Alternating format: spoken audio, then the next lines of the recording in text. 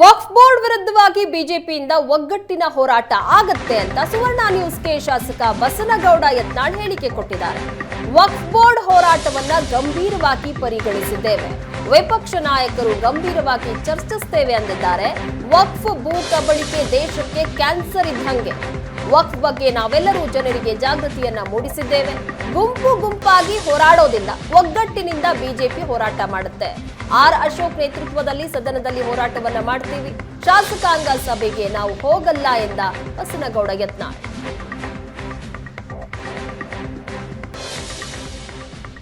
ವಕ್ಫ್ board ಭೂ ಕಬಳಿಕೆ ವಿರುದ್ಧ ಈಗಾಗಲೇ ಯತ್ನಾಳ್ ಹಾಗೂ ತಂಡದಿಂದ ಒಂದು ಹಂತದ ಯಶಸ್ಸನ್ನು ಕೂಡ ಆಗಿರುವಂಥದ್ದು. ಈಗ ಚಳಿಗಾಲ ಅಧಿವೇಶನ ಕೂಡ ಆರಂಭವಾಗ್ತಿರುವಂಥದ್ದು. ಸದನದ ಹೊರಗೆ ಯಶಸ್ಸು ಕಂಡಿರ್ತಕ್ಕಂಥ ಯತ್ನಾಳ್ ಹಾಗೂ ತಂಡ ಸದನದ ಒಳಗೆ ಯಾವ ರೀತಿ ಈ ಒಂದು ಹೋರಾಟವನ್ನು ಮಾಡ್ತಾರಂತೆ ಸ್ವತಃ ಶಾಸಕರಿದ್ದಾರೆ, ಅವ್ರನ್ನೇ ಕೇಳೋಣ.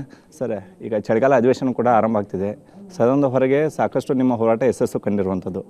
ಈಗ ಚಳಿಗಾಲ ಅಧಿವೇಶನದಲ್ಲಿ ವಕ್ಫ್ ಬೋರ್ಡ್ ವಿರುದ್ಧ ನಿಮ್ಮ ಹೋರಾಟ ಯಾವ ರೀತಿ ಇರುತ್ತೆ ನೋಡಿ? ಈಗಾಗಲೇ ನಮ್ಮ ವಿರೋಧ ಪಕ್ಷ ನಾಯಕರು ಇದನ್ನು ಭಾಳ ಪ್ರಮುಖವಾಗಿ ವಿಧಾನಸಭೆಯಲ್ಲಿ ನಾವು ಚರ್ಚೆ ಮಾಡ್ತೀವಿ ಅಂತ ಹೇಳಿದ್ದಾರೆ.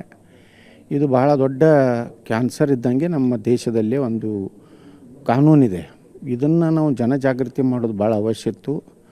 ಮೊದಲ ಹಂತದಲ್ಲಿ ನಾವು ಭಾಳ ಯಶಸ್ವಿಯಾಗಿದ್ದೇವೆ ಮತ್ತು ದೆಹಲಿಗೆ ನಾವು ಹೋಗಿ ನಮ್ಮ ಏನು ಜಂಟಿ ಸಂಸದೀಯ ಸಮಿತಿಯ ಅಧ್ಯಕ್ಷರಾದಂಥ ಶ್ರೀ ಜಗದಂಬಿಕಾ ಪಾಲ್ ಅವರಿಗೆ ಭೇಟಿಯಾಗಿ ಸುಮಾರು 2 ಗಂಟೆ ಅವ್ರ ಜೊತೆ ಚರ್ಚೆ ಮಾಡಿ ಮತ್ತು ಅವರು ಸೂಚನೆ ಕೊಟ್ಟರು. ನಮ್ಮ ಅಧಿಕಾರಿಗಳಿಗೂ ಸಹ ಇದರ ಬಗ್ಗೆ ಒಂದು ಪೂರ್ಣ ಪ್ರಮಾಣದ ಮಾಹಿತಿ ಕೊಡ್ರಿ ಅಂದಾಗ ನಮ್ಮ ತಂಡ, ಯಾಕಂದ್ರೆ ನಾನು ಅವತ್ತು ನಮ್ಮ ಶಿಸ್ತು ಸಮಿತಿ ಅಧ್ಯಕ್ಷರು ಕರೆದಿದ್ರಿಂದ ನಾವು ಹೋಗಿದ್ದೆ. ಉಳಿದೆಲ್ಲ ಕುಮಾರ್ ಬಂಗಾರಪ್ಪನವರು, ರಮೇಶ್ ಜಾರಕಿಹೊಳಿಯವರು, ನಮ್ಮ ಅರವಿಂದ್ ಲಿಂಬಾವಳಿಯವರು, ಸಿದ್ದೇಶ್ವರ ಎಲ್ಲರೂ ಹೋಗಿ ಸುಮಾರು 2.5 ಗಂಟೆ ಅಧಿಕಾರಿಗಳಿಗೂ ಸಹ ಈ ವಕ್ಫ್ ಅನ್ನೋಂಥ ಕರಾಳದಿಂದ ಶಾಸನದಿಂದ ಎಷ್ಟು ತೊಂದರೆ ಆಗ್ತಾಯಿದೆ ಅನ್ನೋಂಥದ್ದನ್ನು ಹೇಳಿದಾಗ ನಿಜಕ್ಕೂ ಅಧಿಕಾರಿಗಳೇ ಆಶ್ಚರ್ಯ ವ್ಯಕ್ತಪಡಿಸಿದ್ರು. ಈ ರೀತಿ ಇಂಥ ಒಂದು ಇಷ್ಟೆಲ್ಲ ಇದೆ ಇದರೊಳಗೆ ಅನ್ನೋವಂಥದ್ದು ನಮ್ಗೆ ಗೊತ್ತಿರಲಿಲ್ಲ. ಭಾಳ ಒಳ್ಳೆಯ ಉಪಯುಕ್ತವಾದಂಥ ನೀವು ಮಾಹಿತಿಯನ್ನು ಸಂಗ್ರಹ ಮಾಡಿದ್ದೀರಿ ಅಂತೇಳಿ ಅವರು ನಮಗೆ ಶಬಾಷ್ಗಿರಿ ಕೊಟ್ಟಂಥದ್ದು ಸಹ ನಮ್ಮ ಕಮಿಟಿಯವ್ರು ಭಾಳ ಸಂತೋಷದಿಂದ ಹೇಳಿದ್ರು.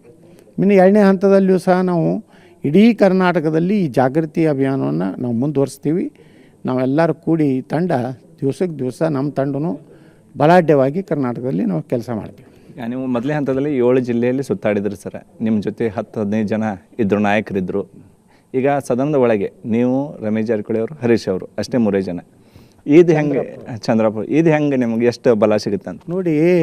ಇದು ನಮ್ಮ ಸಂಘಟನೆಯಿಂದ ಸೂಚನೆ ಇದೆ ನಮಗೆ. ಎಲ್ಲರೂ ವಕ್ಫ್ ಬಗ್ಗೆ ಒಕ್ಕಟ್ಟಾಗಿ ಹೋರಾಟ ಮಾಡ್ಬೇಕಂತ ನಮಗೆ ಸೂಚನೆ ಇದೆ ಮತ್ತು ಕೇಂದ್ರ ನಮ್ಮ ಪಕ್ಷನೂ ಬಯಸ್ತಾ ಇದೆ. ಅದಕ್ಕೆ ಇಲ್ಲಿ ನಾವು ಅಟ್ಟೆ ಗುಂಪಿನಲ್ಲಿ ಹೋರಾಟ ಮಾಡೋದಿಲ್ಲ. ಅಲ್ಲಿ ಸಂಪೂರ್ಣ BJP ನಮ್ಮ ಆರ್ ಅಶೋಕ್ ನೇತೃತ್ವದಲ್ಲಿ ನಾವೆಲ್ಲ ಹೋರಾಟ ಮಾಡ್ತೀವಿ. ಇಷ್ಟು ಬಸನಗೌಡ ಪಾಟೀಲ್ ಯತ್ನಾಳ್ ಅವರು ಹೇಳ್ತಿರುವಂಥದ್ದು. ಕ್ಯಾಮರಾಮನ್ ಸತ್ಯ ಜೊತೆ ಅನಿಲ್ ಕಾಜ್ಗಾರ್, ಏಷ್ಯಾನೆಟ್ ಸುವರ್ಣ ನ್ಯೂಸ್, ಬೆಳಗಾವಿ.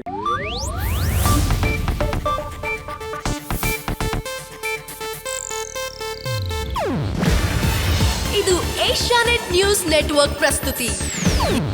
ನೀವು ನೋಡ್ತಿದ್ದೀರಾ ಏಷ್ಯಾನೆಟ್ ಸುವರ್ಣ ನ್ಯೂಸ್.